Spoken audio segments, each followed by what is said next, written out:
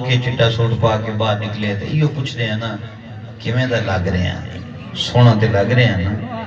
متھے تے ٹیل لا کے اسی پوچھ رہے ہیں سونی تے لگ رہی ہے نا، اسی کیسے خوبصورت لوگ ہیں، اسی واش روم جنہوں ٹیل لواؤنی شروع کر چھڑی ہیں، حالانکہ واش روم ہوندے ہیں باہرلے پاسے کھیندا پنا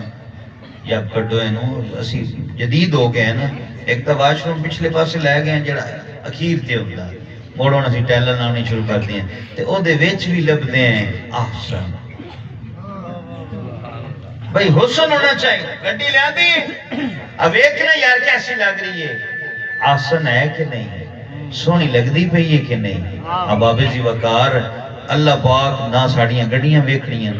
نہ ساڑے مال ویکھنے نہ ساڑیاں کوٹھیاں دیاں ٹیلنا ویکھنیاں، اس جڑا حسن ویکھنا ہے نا او حسن ویکھنا ہے اپنے محبوب دا حسن، کہ کس بندے نے میرے محبوب دے نال اپنی عادات اور خصائل نے ملایا ہے،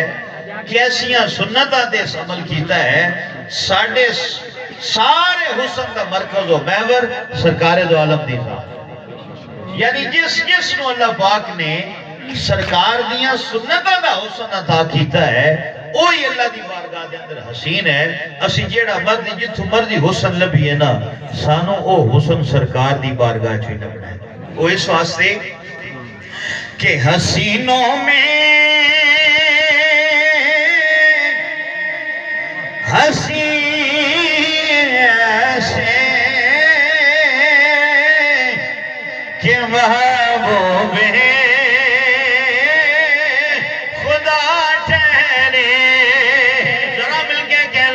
حسینوں میں حسین ایسے کہ محبوب خدا ٹھہرے، کیونکہ سرکار دو عالم دا جاگنا اللہ نو پسند، سرکار دا جاگنا پسند، سرکار دا بیٹھنا پسند، سرکار سو جانتے آسن، سرکار اٹھ جانتے آسن، سرکار نماز پڑھتے آسن، سرکار کھانا کھانتے آسن، سرکار پانی پینتے آسن، سرکار لباس پہنتے آسن، سرکار جتی پانتے آسن، کیونکہ سرکار دی ہر ادا ہے اللہ پاک نو پسند، اس واسطے سے عشق نال کہنے ہیں کہ وہ حسینوں میں حسین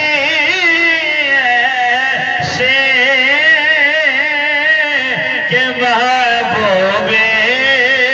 خدا ٹھہرے، وہ نبیوں میں نبی سے امام الانبیاء ٹھہرے۔ اب ابھی جو وقار آسن بڑھنے بس پیغام مکمل ہو گیا۔